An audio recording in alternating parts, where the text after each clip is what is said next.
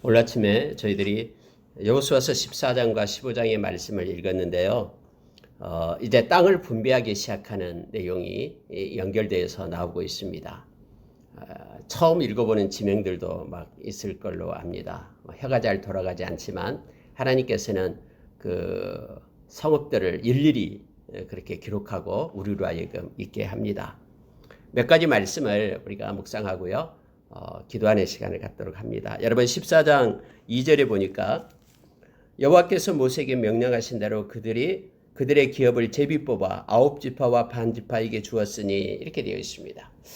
여러분 이제 이스라엘 백성이 가나안 땅에 들어가고 7년간의 정복 전쟁이 마친 다음에는 이제 땅의 분배가 있게 되죠. 여러분 땅의 분배는 엄청나게 중요합니다.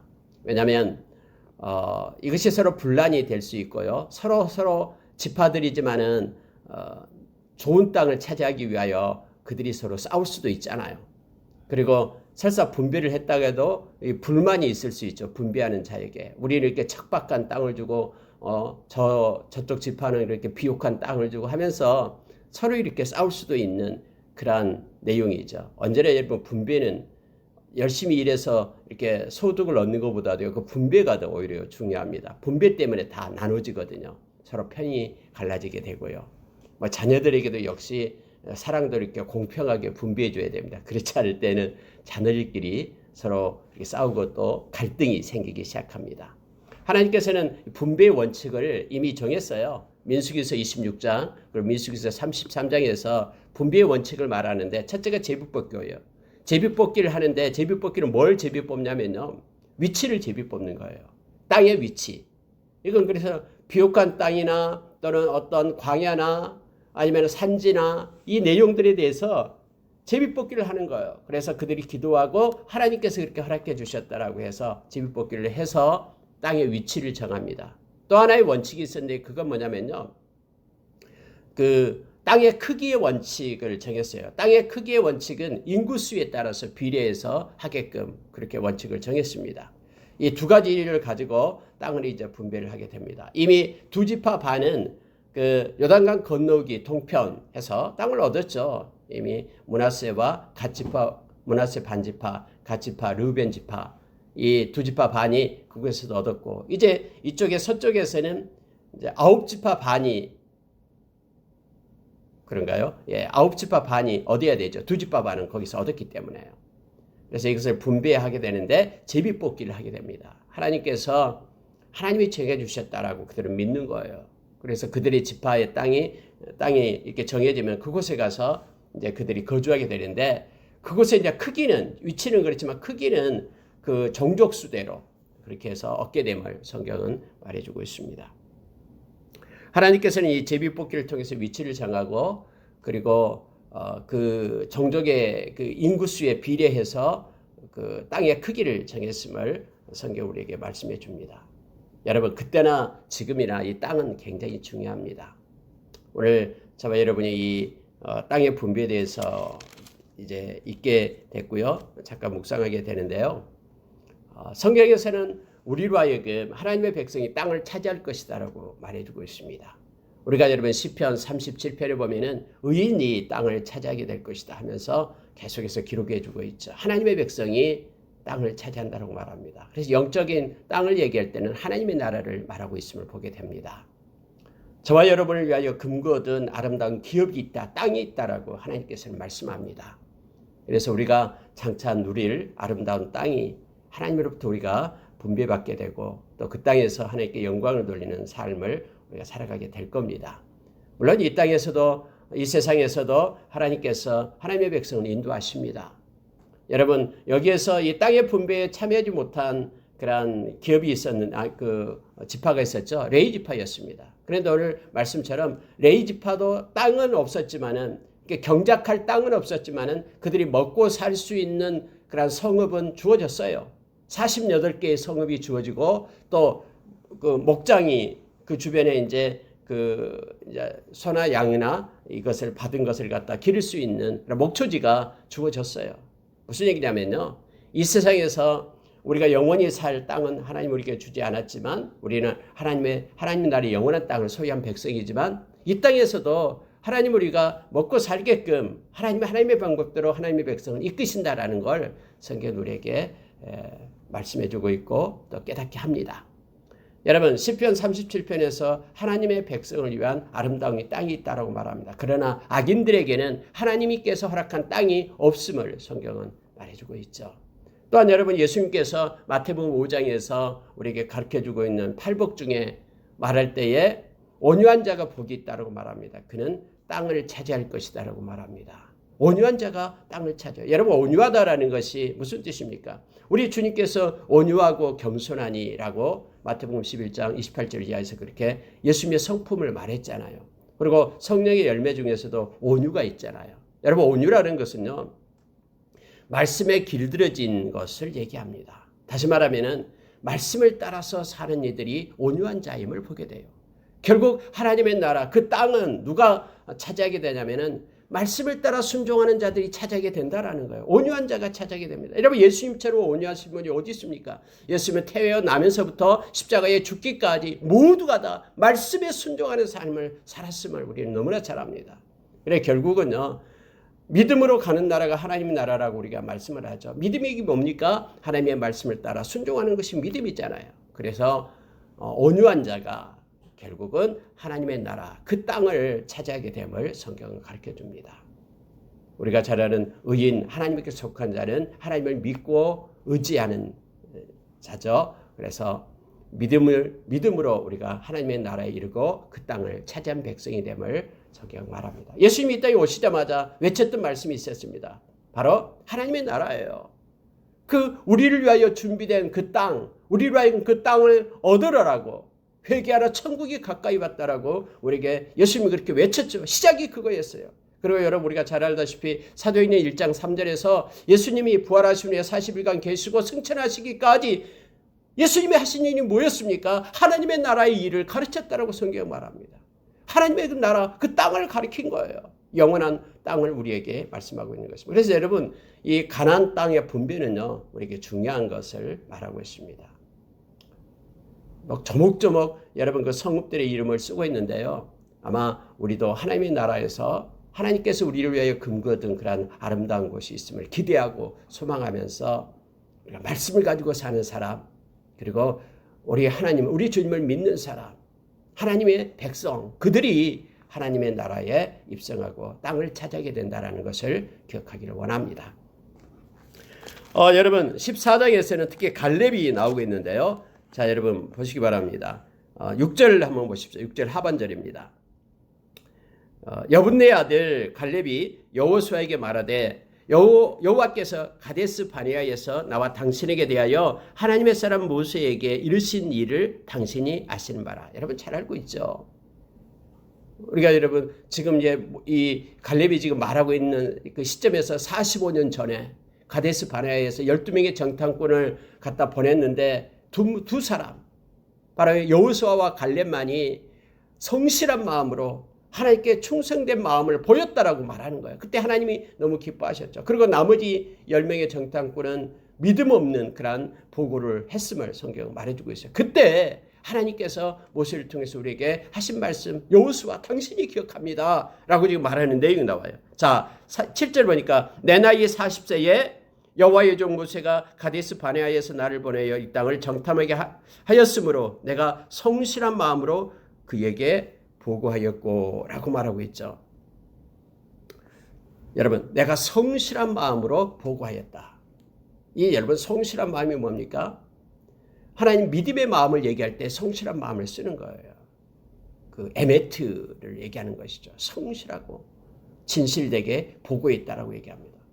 나머지 10명은 그러면 가짜 보고했습니까? 그들은 보고할 때요. 자기의 마음을 보태서 보고한 거예요. 그래서 자기의 마음 뭡니까? 우리는 메뚜기 같고 우리는 도저히 그 안악자성이 있는 곳을 우리는 들어갈 수가 없고 그 성은 너무너무 높았고 다 자기 감정에서 나온 것을 이입해서 감정이입을 해서 보고를 했잖아요. 이 보고를 들은 모든 또 이스라엘 백성이 믿음이 없었기 때문에 밤새 울면서 토구겠죠. 하나님께서 그때 분명히 얘기했잖아요. 내 백성이 믿음이 없다라고 나를 믿지 않는다. 지금까지 그들을 인도하고 홍해를 가르고 구름기둥 불기둥으로 그들을 인도하고 하늘에서 만나를 내려서 먹게 한 나를 그들은 믿지 않았다라고 하나님께서 말씀하신 거예요. 그러나 여러분, 이 갈렙은 내가 성실한 마음으로 믿음을 가지고 하나님을 신뢰하는 마음으로 내가 보고했다라고 지금 말하고 있는 거예요. 나와 함께 올라갔던 내 형제들은 백성의 간담을 높게 하였으나 나는 내 하나님 여호와께 충성하였으므로. 충성이라는 단어가 나와요. 여러분, 충성이 뭡니까? 우리가 여러분 마태복음 24장에서 우리 주님 오실 때 우리 주님을 맞이할 착하고 충성된 종, 그에게 주어진 일을, 하나님께서 허락한 일을 묵묵히 행하는 자가 충성된 자라고 얘기하죠. 근데 여러분, 오늘 성경에서 이렇게 말하는 거예요. 나는 내 하나님 여호와께 충성하였다라고 말합니다. 여러분, 믿는 하나님의 백성이 하나님 앞에 충성하는 것이 뭡니까? 믿음으로 사는 것이 충성이에요. 하나님을 믿음으로, 그 전능하신 하나님을 내가 믿기 때문에, 하나님의 말씀을 믿기 때문에 내가 하나님 앞에 충성했다라고 지금 이 갈렙은 말하는 거예요. 그래서 갈렙이 그때 말했던 얘기가 있잖아요. 그 10명의 정탐꾼이 보고할 때 그 말이 맞다. 그들은 기골이 장대하고 또 그들이 속한 그런 땅은 너무나 좋다라고 얘기하죠. 그래서 많은 사람들이 그걸 찾기 위하여 그렇게 투쟁하고, 그러니까 다툼 있는 땅이다라고 말하는 거예요. 막 여러분, 그 10명의 정탐꾼이 그렇게 얘기할 때 그 땅은 막 모든 거미를 삼키는 땅이다, 너무 좋아서 막 다투는 땅이다라고 얘기할 때 맞다. 그러나 갈렙은 그렇게 말합니다. 그들의 인도자는 떠났고 우리는 살아계신 하나님이 있다. 그들은 우리의 밥이다. 이것이 충성이라는 거예요. 다시 말하면은 믿음의 백성들이 충성이라는 것은 믿음으로 사는 것이 충성이죠. 믿음의 백성이니까 하나님이 이 땅에서 믿음으로 살게끔 우리에게 하나님의 자녀로 삼았기 때문에, 그럼 하나님의 자녀가 충성하는 게 뭡니까? 믿음으로 사는 게 충성이에요. 말씀대로 순종하면서 사는 게 충성임을 말합니다.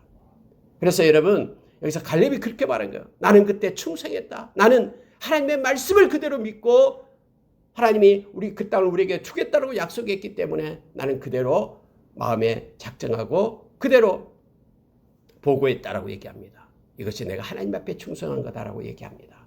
저와 여러분, 믿음의 사람들입니다. 그래서 우리는 충성한다라는 것은 믿음으로 살아내는 것이 충성입니다.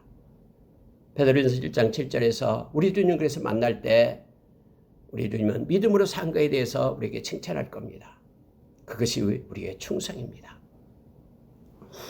자, 여러분 10절에 9절에 보시기 바랍니다. 그날에 모세가 명령하여 이르되 네가 내 하나님 여호와께 충성하였은즉 내 발로 밟는 땅은 영원히 너와 내 자손의 기업이 되리라 하셨나이다. 이제 보소서, 여호와께서 이 말씀을 모세에게 이르신 때로부터 이스라엘 광야에서 방황한 이 45년 동안을 여호와께서 말씀하신 대로 나를 생존하게 하셨나이다.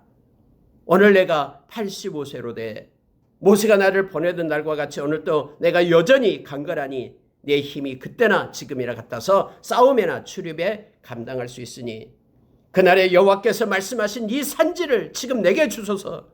당신도 그날에 들으셨거니와 그곳에는 아낙 사람이 있고 그 성읍은 크고 견고할지라도 여호와께서 나와 함께 하시면 내가 여호와께서 말씀하신 대로 그들을 쫓아내리이다 하니 여호수아가 여분네 아들 갈렙을 위하여 축복하고 헤브론을 그에게 주어 기업을 삼게 하며 헤브론이 그니스 아들 여분네 아들 갈렙의 기업이 되어 오늘까지 이르렀으니 이는 그가 이스라엘의 하나님 여호와를 온전히 쫓았습니다.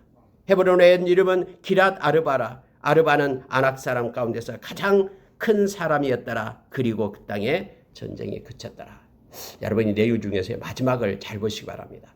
그리고 그 땅에 전쟁이 그쳤더라. 이 말은 무슨 얘기냐면요, 아낙 자손들이 지금 있다라는 거예요. 지금 갈렙이 말하기 전에는요, 그 땅에 아낙 자손들이 있어요. 특히 여러분 그 헤브론의 그 이름이 뭐냐면요, 밑에 나오죠. 기랏 아르바 얘기죠. 아르바라는 것은요, 아낙 자손 그 자손 중에서 가장 큰 사람들, 가장 힘이 세고 가장 무서운 사람들이 바로 그곳에 살고 있었다는 아르바. 지금도 살고 있었어요. 이렇게 갈렙이 말하게 될 때요. 그 나이 85세인데 내 기력이 여전합니다. 내가 그 땅에 있는 그 무서운, 우리를 아프게 했던, 우리 1세대 하나님의 백성들이 광야에서 죽게 했던 그를 내가 들어가서 그들을 쫓아내고 그 땅을 차지하겠습니다 라고 보고를 하는 거예요. 그때 여러분 여호수아는 갈렙에게 가라라고 얘기합니다. 그래서 그 땅을 들어가서 아낙 자손을 싸워 이긴 거예요, 갈렙이. 그리고 나서 전쟁이 끝났더라라고 얘기하는 거예요, 성경은요. 이미 다 평정돼 가지고 그 땅에 그냥 들어가기만 하면 사는 땅이 아니에요. 그 땅은 산악지역 좋지도 않는 땅이에요. 그래서 그 땅은 아낙 자손이 지금도 여전히 살고 있는 그때에 이 노장이 갈렙이 믿음으로 내가 그 땅을 받겠습니다. 하나님께서 약속하신 것이 있습니다. 이 산지를 내게 주소서 하면서 하나님의 약속을 가지고 싸움으로 나가겠다라고 지금 말하는 거예요. 다른 이스라엘 백성들은 그 아낙 자손이 무서워서 지금 벌벌 떨고 있는데 이 갈렙이 그 땅을 내가 그들을 쫓아내고 차지하겠습니다 라고 말합니다. 그래서 여호수아는 갈렙에게 허락했고 그 땅을 갖다 갈렙이 들어가서 아낙 자손을 이기고 전쟁이 끝나는, 마지막 전쟁이 끝나는 것으로 성경은 묘사되고 있음을 보게 됩니다. 여러분 이렇게까지 해서 이제 14장까지 전쟁이 끝나요. 그러고 나서 이제 15장부터 이제 분배가 시작되는데요. 가장 먼저 분배된 지파가 바로 유다 자손 지파입니다. 유다 자손 9개 반지파 중에서 유다 자손 지파가 가장 먼저 분배를 하게 됩니다. 여러분 유다 자손이 인구수가 제일 많았죠. 그리고 물론 그 위치는 제비 뽑아서 이제 위치를 정합니다. 우리가 지도를 보면 알겠습니다만 가장 남쪽 지역, 예루살렘 포함해서 가장 남쪽 지역이 유다 자손이 그곳을 차지하게 됩니다. 그러면서 여러분 우리가 읽었던 15장 1절 한번 보시기 바랍니다. 또 유다 자손의 지파가 그들의 가족들을 제비 뽑는 땅의 남쪽으로 에돔의 경계에 이르고 그 남쪽 끝은 신광야까지라 하면서 가장 남쪽 브엘세바까지를 이제 유다 지파가 제비뽑기에서 차지하게 된 거예요. 땅의 위치를. 그냥 유다 지파 뭐 갈렙을 보고 그냥 줘버린 게 아니에요. 하나님께서 약속하신 대로 철저하게 제비뽑기를 했는데 가장 남쪽 지역의 위치를 유다 지파가 뽑게 되었다라는 거예요. 그리고 나서는 이제 유다 지파에서 땅을 지파 내에서 분배할 때는 이제 종족의 크기대로 유다 지파가 가장 컸기 때문에 땅이 가장 커요. 그래서 종족의 크기대로 분배가 됨을 알게 합니다. 여러분 계속 우리가 15장 읽으면 막 어디로 해서 어디로 가고 어디로 해서 어디로 가 잘 머릿속에 그려지지 않죠. 지명이 우리가 어디에 있는지 모르기 때문에 그렇습니다. 근데 여러분 자 6절로 한번 보시기 바랍니다. 그 지명 중에 이 곳이 나와요. 벳 호글라로 올라가서 벳 아라바 북쪽을 지나 르벤 자손의 보한의 돌에 이르고 이 보한의 돌이라는 것이 나옵니다. 근데 이것은 르벤 자손이 있다라는 거예요. 그래서 여러분 그때 전쟁 중에 막 같이 들어갔잖아요. 뭐 아이들도 여자들도 다 같이 들어가는데 그 아이들 여자들은 물론 이제 길갈에 그 진지를 구축하고 있었는데 아마 르벤 자손들 중에 자손 보한이 있어요. 그러니까 보한은 그 자손 르벤 자손 이름이에요. 아마 그 근처에 살고 있었나 봐요. 일부 무리를 지어서요. 그런데 거기까지 이제 이르렀다라고 얘기를 합니다. 하나의 그 기점을 말하고 있는데요. 이 보안의 돌, 그 경계석을 얘기합니다. 르벤 자손인데 경계석 이름이 보안의 돌이에요. 이렇게 정해진 지파가 아마 그 경계 부문에 르벤 지파가 거기서 일부가 살고 있었다라는 것을 나타내주고 있습니다. 어쨌든 여러분 7년이지만은 곳곳에 이렇게 정착되어 있는 그런 사람들이 있었습니다. 그러나 그것을 무시하고요. 내가 이미 먼저 차지했기 때문에 이건 내 땅이다 라고 말하는 게 아니에요. 그것을 비록 차지하고 있었지만은 제비뽑기에서 그 땅을 이렇게 받게 되면은요, 위치를 받게 되면은 그곳에 살고 있는 사람들이 옮겨져야 됩니다. 하나님 철저하게 뭐 내가 먼저 가서 이건 내 땅이라고 차지한 게 아니라 하나님이 그렇게 분배해라라고 모세를 통해서 말씀하신 대로 다시 분배를 하는 거예요. 그러니까 기득권이 여기서는 의미가 없다라는 것을 다시 한번 말해주고 있습니다. 그래서 이렇게 뽑아가지고 그 경계선을 얘기하는데요. 유다는 이제 남쪽 지역을 말하고 있습니다. 자, 13절로 내려갈게요. 보십시오. 여호와께서 여호수아에게 명령하신 대로 여호수아가 기랏 아르바 곧 헤브론을 유다 자손 중에서 분깃으로 여분네 아들 갈렙에게 주었으니 아르바는 아낙의 아버지였더라. 이렇게 되어 있습니다. 아까 이제 그 갈렙이 가서 전쟁을 해서 그 땅을 차지했잖아요. 이 산지를 얘기해 주소서. 이 말은 전쟁하겠다라는 거예요. 그리고 전쟁에서 승리했어요. 그리고 그 헤브론 땅을 이제 갈렙에게 주었다라고 13절에서 이제 얘기하는 거예요. 막 그게 다 쫓아내고 내가 그 땅을 차지하겠습니다. 갈렙이 그렇게 욕심을 낸 게 아니고요. 아까 앞에서는 14장 때 전쟁을 하겠다라는 거예요. 그 두려운 아락 자손 내가 그 하나님의 능력으로 힘입어서 내가 그들을 쫓아내겠습니다. 전쟁이 나간 거예요. 85세 노장이. 그리고 그 땅을 이제는 평정하고 전쟁이 끝냈다. 그런데 그 땅을 이제 갈렙에게 주어지게 됐다라는 것을 13절에서 말해주고 있습니다. 자, 16절에 가보면 이런 얘기 나와요. 갑자기요. 분비하다가 갈렙이 말하기를 기라세벨을 쳐서 그것을 점령하는 자에게는 내가 내 딸 악사를 아내로 주리라 하였더니 해서 여러분 비록 땅은 다 이제 이렇게 점령을 하고 있지만 일부 이렇게 아락 자손들이 남아 있었다, 성이 남아 있었다라는 것을 말씀해 주고 있는 거예요. 그래서 온니엘이 그나스의 아들 온니엘이 가서 점령을 합니다. 갈렙을 도와서요. 그래서 갈렙이 그의 딸 악사를 그에게 아내로 주었다라고 성경은 말하고 있는데 갑자기 이 내용이 나와요. 땅 분비하다가. 왜냐하면은 이 딸의 악사가 차지한 그런 땅이요. 네겝이에요. 자, 19절에 한번 보십시오. 이르되 내게 복을 주소서 아버지께서 나를 네겝 땅으로 보내시오니 샘물도 내게 주소서 하며 갈렙이 웃샘과 아랫샘을 그에게 주었더라 해서 이 내용이 갑자기 분비하다가 나오게 되는 거예요. 여러분 온니엘이 누굽니까? 다음에 사사시대가 이제 펼쳐지는데 사사기에 나옵니다. 그게 첫 번째 사사였어요. 하나님의 영을 받은 첫 번째 사사였죠. 그래서 이 온니엘 때에 그때 그 메소포타미아 왕 구산 니사다임의 압제로부터 이스라엘 백성을 구출해내는 그러한 사사였음을 우리가 알게 됩니다. 그리고 온니엘하고 그의 갈렙의 딸 악사가 이제 네겝 땅을 이렇게 차지하게 되었다라는 내용으로 나옵니다. 네겝 땅이다라고 얘기할 때는 남방 지역을 얘기하는데요. 일반적으로 거칠고 메마른 땅을 얘기할 때 네겝 지역 이렇게 말하고 있습니다. 그 너무나 척박하기 때문에 그 땅에서 농사 지으려면은 이렇게 물이 필요하잖아요. 그래서 이 악사가 이제 물을 요구합니다. 샘을 달라라고 요구하죠. 그래서 웃샘과 아랫샘을 받게 되었다라는 내용으로 이게 깃들이고 있습니다. 이처럼 여러분 땅을 분배할 때 물론 우리가 유다 지파에 속한 갈렙이 여러 가지 일들을 공을 많이 세웠죠. 그리고 거기에 대한 대가로 갈렙 중심으로 이제 땅을 분배를 받게 됩니다. 그리고 자기 딸에게 이런 것들을 행했다라고 구체적인 내용을 여기다 기록하고 있는 거예요. 이 땅의 분배는 실제였다라는 걸 말하고 있습니다. 막 자를 가지고 재는 것이 아니라 이처럼 하나님께서 간섭하셔서 이러한 모든 삶 가운데 이루어지고 있음을 말해주고 있습니다. 그러면 20절부터 이제 마지막 63절까지 쭉 이제 그 지파 이름이 나옵니다. 여러분 우리가 계속 성경을 읽을 때 또 누가 누구를 낳고 이런 내용뿐만 아니라 어떤 지파가 어디를 차지했고 하면서 지파 이름이 쭉 나올 때요. 때로는 이거 우리에게 무슨 의미가 있을까? 막 이렇게 생각할 수가 있잖아요. 해도 잘 돌아가지 않는 이런 이름들을 우리가 왜 꼭 읽어야 되냐 하면서 건너뛰기도 하고 막 옛날에 그랬었는데요. 여러분 하나님께서는 이처럼요. 구체적인 이름을 그냥 적어 놓는 거예요. 제가 한번 세봤습니다. 98명의 이름이 막 나와요. 지파, 그 종족 이름. 그러니까 성읍이 98개나 된다는 거예요. 유다 지파요. 하나님께서는요. 각자를 하나님이 부르시고요. 그들을 위한 땅을 하나님께서는 이렇게 준비하셨다라는 것을 보게 돼요. 우리가 어떻게 생각하면 우리가 이 세상 살아갈 때 그렇잖아요.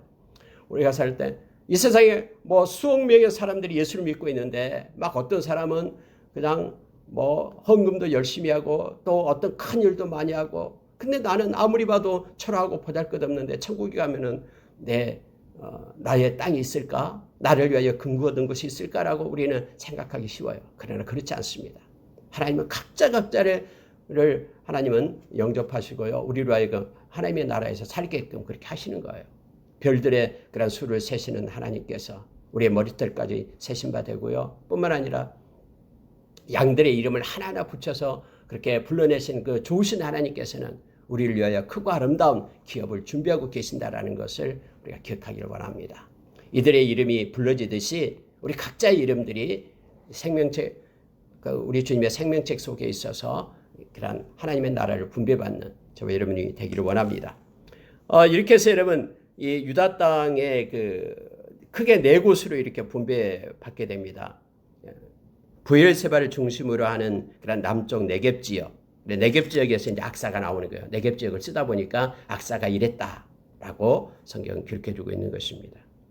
그리고 산지 쪽에 있는 산지 쪽에서부터 지중해 연안 쪽에 있는 평지 지역, 이쪽엔 굉장히 비옥한 그런 땅이 있었어요. 그래서 이 평지 지역에서는 많은 숫자가 분배를 받게 됩니다. 많은 그냥 종족들이 많은 가족이 거기에 분배를 받게 43인가요? 그렇게 분배를 받게 됨을 알게 됩니다. 산지 지역이 있었고요. 또 광야 지역이 있었습니다. 물론 가장 척박한 것이 광야 지역이었어요. 사해 근처에 있는 지역인데요. 그 근처에서는 이제 61절 이하에서 광야에는 이렇게 나와서 6성읍밖에 나오고 있지 않습니다. 평지 지역은 43개의 성읍들로 이루어져 있고요. 그 지역은 비옥한 토양, 아름다운 숲과 꽃이 있었고 또 뛰어난 자연 경관으로 유명한 지역이었죠. 그 지역에는 또 비옥하니까 또 많은 그러한 가족들을 그곳에서 분배받게끔 그렇게 했습니다. 그래서 전체 98개 성읍이 분배받게 됨을 알게 합니다. 그래서 이제 다음에 이제 16장부터는 이제 에브라임 지파, 므낫세 지파가 이제 두 번째로 이제 기업을 이렇게 제비뽑기에서 분배받게 되는데, 자, 63절 보고 마치겠습니다. 예루살렘 주민 여부스 족속을 유다 자손이 쫓아내지 못하였으므로 여부스 족속이 오늘까지 유다 자손과 함께 예루살렘에 거주하니라. 이렇게 되어 있죠. 예루살렘 포함해서 남쪽은 이제 유다 지파가 분배받고 있었는데요. 그 안에 거주하고 있는 여부스 족속을 다 몰아내지 못했다라고 성경 말하죠. 하나님께서는 이미 약속해서 그거 다 몰아내지 못한다 그러면은 그것들이 너희의 옆구리에 가시가 될 것이다 라고 말하죠. 그래서 여러분, 우리가 사사기 보면은요, 하나님의 백성이 하나님을 떠나면은 그들이 더 왕성하는 거예요. 그래가지고 이스라엘 백성을 엄청 괴롭힙니다. 그때 그들이 또 부르짖고 하나님께 쫓아가서 하나님 살려주세요 하면은 또 하나님이 사사를 세워서 그들을 또 평정하게 하는 거예요. 하나님은 눈의 가시처럼, 옆구리에 그 가시처럼 그렇게 행하게 할 것이다라고 말합니다. 근데 여러분, 왜 그런지 아십니까? 이스라엘 백성들이요, 정복하는 것을 포기했어요. 전쟁도 오래되고 하니까 이제는 그들 갖다 쫓아내면 하나님께 분명히 쫓아내 주겠다고 약속했는데요, 그 말씀을 그대로 수행하는 것을 포기하고요, 그러니까 더불어 사는 거예요. 그러다 보니까 그들이 가지고 있는 그런 우상 덩어리들, 그런 악한 그런 풍습들, 그걸 다 또 습득을 합니다. 그래서 한쪽으로는 하나님을 섬기고 한쪽으로는 그들이 말하는 그 풍요의 신 바알과 아세라를 섬기고, 또 예루살렘에 가서, 그러니까 정해놓은 곳에 가서, 그때는 예루살렘이 아니었죠, 뭐 길갈이나 이처럼 하나님의 성막이 있는 곳에 가서 하나님께 예배를 드려야 되는데, 그렇지 않고 그들을 풍속을 본받아서 막 산당으로 찾아가서 하나님을 섬기고, 막 이런 내용들이 이제 이어지게 되고 나타나게 됨을 보게 됩니다. 오늘 성경은 분명하게 말하는 게 뭐냐면, 다 쫓아내지 못하였으므로 원인이에요. 그래서 오늘까지 그들이 함께한다라고 말하고 있습니다. 이것이 눈의 가시로 항상 이스라엘을 괴롭히는 것으로 나타나게 됩니다. 우리가 때로는요, 우리의 삶 가운데서 불의와 조금씩 타협하기 시작하면요, 이것들이 우리를 큰 함정을 파고 우리를 걸려 넘어지게끔 그렇게 하거든요. 그래서 우리가 죄 앞에서는 철저히 해야 됩니다. 어떤 작은 죄라도 우리가 그것들을 허용해서는 안 됩니다. 불의와 타협하지 않고 오늘 또 하나님이 기뻐하는 아름다운 그러한 일을 하며 믿음으로 행하며 하나님과 동행하는 하루가 되기를 원합니다. 함께 기도하겠습니다.